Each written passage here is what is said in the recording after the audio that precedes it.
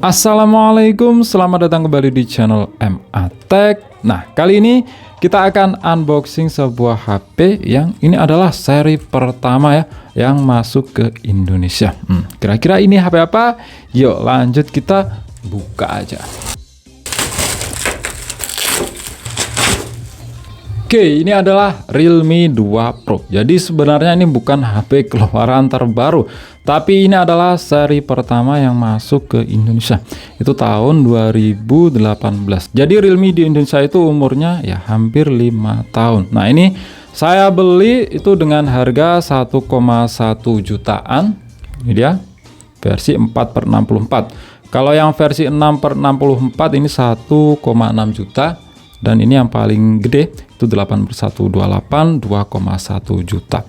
Itu katanya kondisinya baru ya, masih baru banget ya, cuma bekas stok toko, stok lama.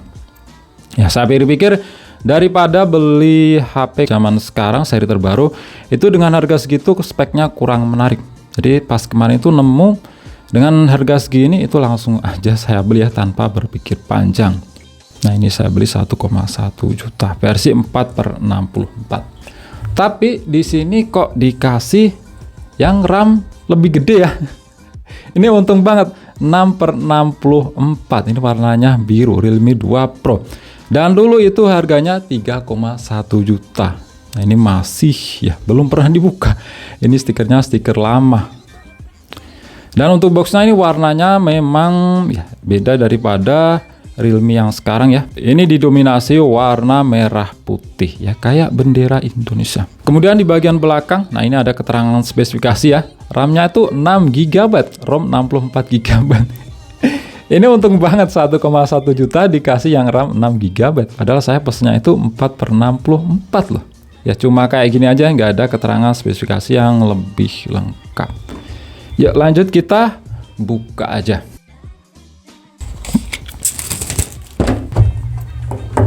Nah, di dalamnya yang pertama di sini ada sebuah kotak yang biasanya sih itu adalah silikon case. Ya, bener ya, ini silikon case dan warnanya ini masih bening banget. Biasanya kalau stok lama itu warnanya udah agak menguning. Kalau ini masih bening ya, masih jernih.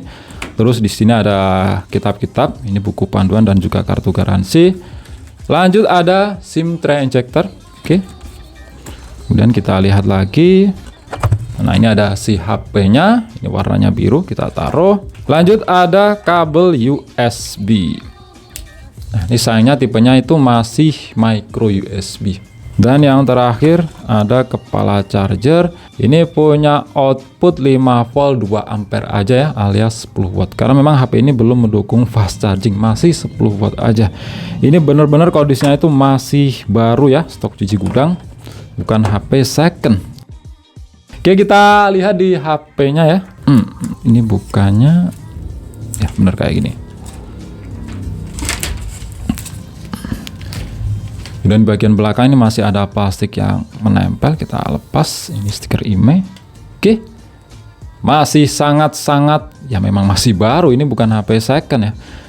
Bagian belakang untuk back covernya ini tuh berbahan dari plastik. Tapi kalau dilihat sekilas itu menyerupai kaca. Oke, di bagian depan ini sudah ada screen protector bawaannya. Oke, kita cek dari sisi per sisi. Di samping kanan ini ada tombol untuk power, terus di sisi atas lubang untuk secondary microphone, di sisi kiri ada slot SIM dan juga tombol untuk pengatur volume. Kita cek kira-kira ini tipenya apa. Nah, di sini tipenya itu triple slot ya, bukan hybrid. Lanjut di sisi bawah ada lubang untuk speaker, port micro USB, lubang untuk mikrofon, dan lubang jack audio 3,5 mm. Lanjut ke bagian belakang, di sini ada tulisan Realme, sensor mediasi di jari, dual kamera, dan LED flash. Terus di bagian depan ini ada layar, kamera, lubang untuk earpiece, dan sensor-sensor. Nah, ini kalau dipegang di zaman sekarang memang kerasa compact ya, dengan ukuran layar ini 6,3 inch. Dan menurut saya dipegang itu memang kalau untuk kenyamanan ya, enakan yang tepian melengkung kayak gini dibanding HP zaman sekarang yang itu rata-rata flat. Tapi kalau secara estetika desain memang yang flat itu dilihat lebih cakep aja. Oke, lanjut kita nyalakan ya. Semoga aja ini daya baterainya itu masih sisa. Oh, ternyata ini masih nyisain daya. Oke, ini sudah melalui setup Wiza dan ini masih fresh ya, belum saya apa-apain seperti install aplikasi dan atur-atur. Nah, ini sisa baterainya tinggal sedikit banget ya. Ini langsung kita lihat aja di tentang ponsel Realme 2 Pro itu versi ColorOS 5.2 dan versi Androidnya itu 8.10 atau Oreo. Memang ya cukup jadul ya, tapi saya lihat di GSM Arena itu bisa diupdate sampai versi Android 10. RAM-nya 6GB, ROM 64GB. Nah, ini saya akan kembali ya dengan nanti saya akan update ke versi yang terakhir. Ini sisa baterainya juga tinggal sedikit banget. Oke, balik lagi. Jadi seperti ini tampilan sesudah saya update ke versi yang paling terakhir ya. Memang kerasa lebih fresh dibanding versi sebelumnya tadi.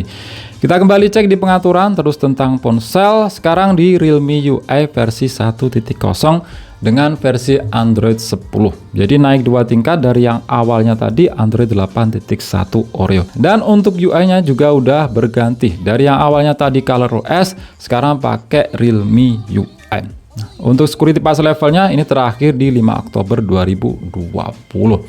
Kalau kalian pengen versi Android yang lebih tinggi ya, semisal Android 12 ataupun 13, itu bisa aja caranya dengan pakai custom ROM.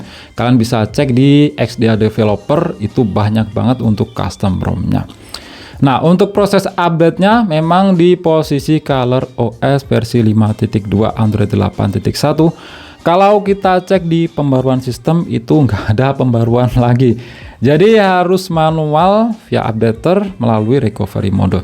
Itu dinaikkan ke versi Android 9 dulu, ColorOS versi 6. Nah, setelah di posisi itu kita akan dapat pembaruan sampai versi Android 10 dengan menggunakan Realme UI versi 1.0. Nah, masalah besar yang udah hilang ya, udah di fix di Android 8.1 itu adalah layarnya delay parah. Buat ngetik aja itu delay banget, apalagi buat game semisal PUBG itu makin kerasa. Kalau di posisi sekarang ini udah aman ya. Oke, nah untuk layarnya di zaman sekarang ini memang compact 6,3 inch, dimana rata-rata itu sekarang ya minimal 6,5 inch, kebanyakan 6,7 inch. Untuk resolusinya Full HD Plus, PPI-nya padat, dan juga untuk kualitas warnanya ini enak banget ya dilihat, warnanya itu tajam. Oke, kita cek di aplikasi yang sudah saya install, Device Info HW, terus SoC. Di sini pakai Qualcomm Snapdragon 660, octa-core 1,96 GHz ya, plus 4 kali juga 1,84 GHz, fabrikasinya 14 nanometer, dan pakai GPU Adreno 512. Nah, ini untuk clock speed CPU yang pakai Cortex A73 itu diturunkan dari yang standarnya itu 2,2 GHz. Di sini 1,96 GHz ya, anggap aja 2,0 GHz. Tapi keuntungannya ya jelas itu lebih hemat daya dan juga lebih dingin dari yang versi standarnya. Dipakai di zaman sekarang ini masih enak ya buat harian. Tapi kalau untuk ngegame ya masih bisa sih, cuma dengan settingan yang harus menyesuaikan. Oke. Terus ke layar, ini resolusinya 2340 x 1080 atau Full HD Plus. Untuk refresh rate ini masih 60 Hz. Karena memang ya untuk brand Oppo terus Realme di zaman itu belum ada yang refresh rate tinggi 90 Hz atau ke atasnya. Kalau HP Jepang ya itu udah ada. Terus penyimpanan RAM-nya itu 6 GB atau total 5709 MB. LPDDR4X, terus untuk internal storage dari 64 GB yang bisa kita pakai sekitar 49 GB. Untuk kamera ini depan dan belakang resolusinya sama 16 megapiksel. Untuk kamera belakang ya ini pakai sensor Sony IMX398 dan untuk depan ini juga sama Sony IMX tapi dengan seri yang beda 371. Kalau yang keterangan 23 megapiksel ya ini nggak tahu sih keterangan apa. Yang jelas itu nggak benar lah. Terus untuk baterai berkapasitas 3500 mAh. Zaman sekarang ya memang kurang. Kalau zaman dulu kapasitas gini termasuk ya standar lah. Terus kita cek untuk kelengkapan sensor. Biasanya sih kalau di Realme seri angka ya, terutama yang Pro itu sensornya lengkap. Nah, benar. Di sini tuh lengkap seperti hadirnya sensor magnet, gyroscope ada. Dan gironya jelas di sini pakai hardware bukan software. Kemudian kita cek untuk skor Antutu kira-kira dapat berapa. Snapdragon 660 di zaman sekarang menggunakan Antutu benchmark versi 9.4.4. Di sini dapat skor 211 ribuan dengan rincian skor CPU itu 67 ribuan dan GPU 48 ribuan. Nah, ini skornya kalau di zaman sekarang ya kurang lebih itu sekelas dengan Uni SoC Tiger T6 berapa ya? T612 ya, segitulah. Tapi untuk skor GPU-nya di sini lebih tinggi dibanding Uni SoC Tiger T612. Terus untuk storage test di sini dapat 14 ribuan dengan keterangan speed read itu di 295 Mbps atau skornya itu dapat 4500-an. Untuk speed write itu di 205. Nah, di sini pakai MMC 5.1. Kalau yang UFS itu untuk storage yang berkapasitas 128 GB ya. Kalau yang 64 GB ini pakai MMC 5.1. Oke, lanjut kita cek untuk real drum, bermain real drum. Kira-kira ini ada delay apa enggak? Karena biasanya kan di HP Realme itu ya rata-rata delay. Tapi untuk yang seri terbaru di zaman sekarang itu udah nggak begitu sih, udah mendingan lah. Kita coba, volumenya kita kencengin.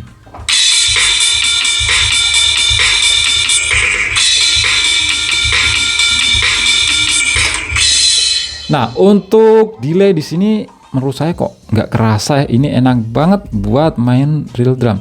Kalau pas di posisi Android 8.1 itu delaynya parah, kerasa banget. Oke, lanjut kita cek di bagian kamera. Nah, untuk kamera belakang dan depan ini sama-sama beresolusi 16 megapiksel.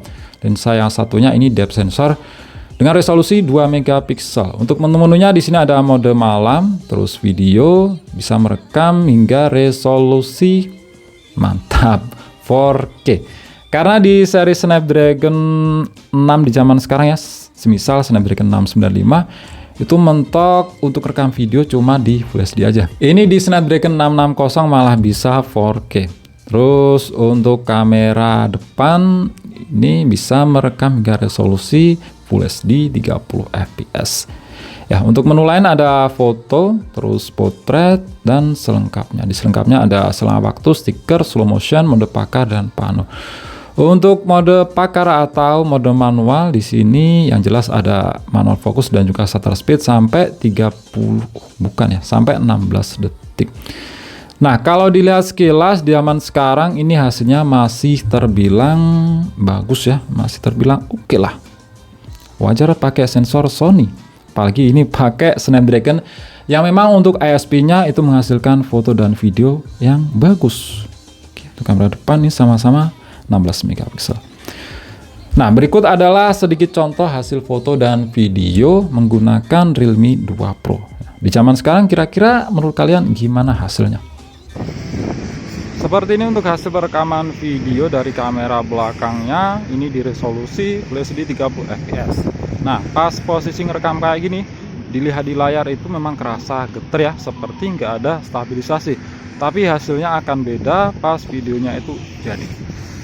Itu stabil banget, meredam guncangan, asik. Kita coba untuk lari ya.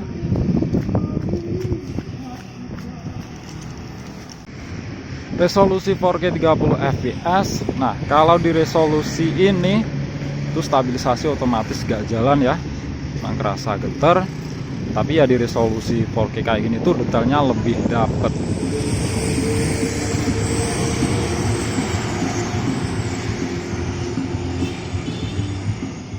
Sedangkan ini untuk hasil perekaman video ya dari kamera depannya, resolusi Full HD 30 fps. Kalau untuk kamera depan di sini nggak ada yang namanya stabilisasi, memang terasa getar. Ini sore jam 4:30, tapi kondisinya itu cerah banget. Satu hari penuh panas banget.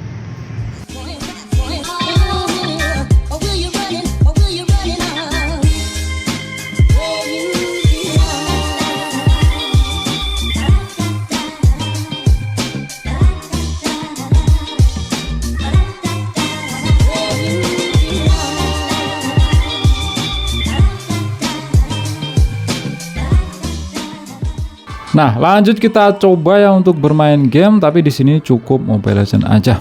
Kita cek untuk settingan grafisnya.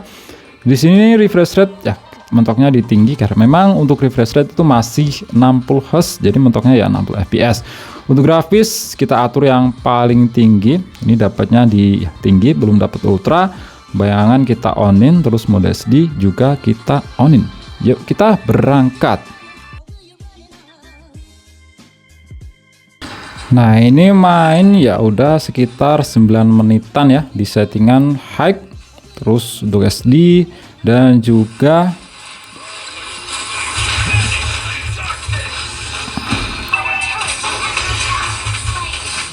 ini rame. Tuh, ini mati nih. Pulang aja dah, pulang.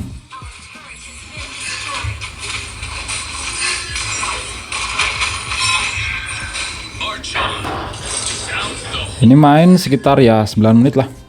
Memang kerasa panas ya. Padahal ini saya pakai jaringan WiFi. Kalau pakai apa itu jaringan seluler pasti lebih panas lagi. Karena memang Snapdragon 660 itu panas. Dan nah ini. Untuk FPS-nya suka naik turun ya. Dan juga memang dari tadi itu nggak stabil. Ini siapa sih yang eksekusi? MM-nya AFK. Mati aja dah, ini saya mati. Ya, meskipun untuk skor GPU-nya itu lebih tinggi ya dibanding UniSoC Tiger series yang cuma dapat semisal 23 ribuan, itu UniSoC T606 ya. Itu performanya malah lebih enak dibanding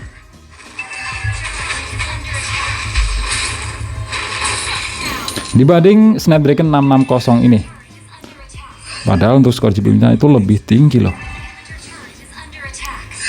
Di settingan serba high, naik turun untuk FPS-nya. Nanti saya akan perlihatkan aja untuk keseluruhan FPS ya.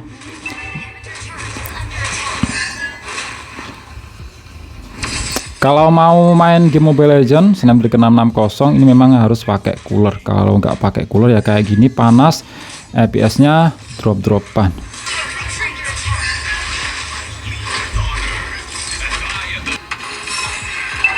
Sini aku ulti semua nih. Lah, kan nggak punya yang eksekusi. Damage-nya mana?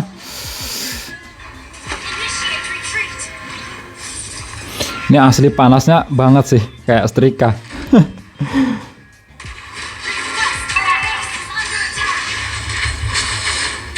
Udah mati aja dah.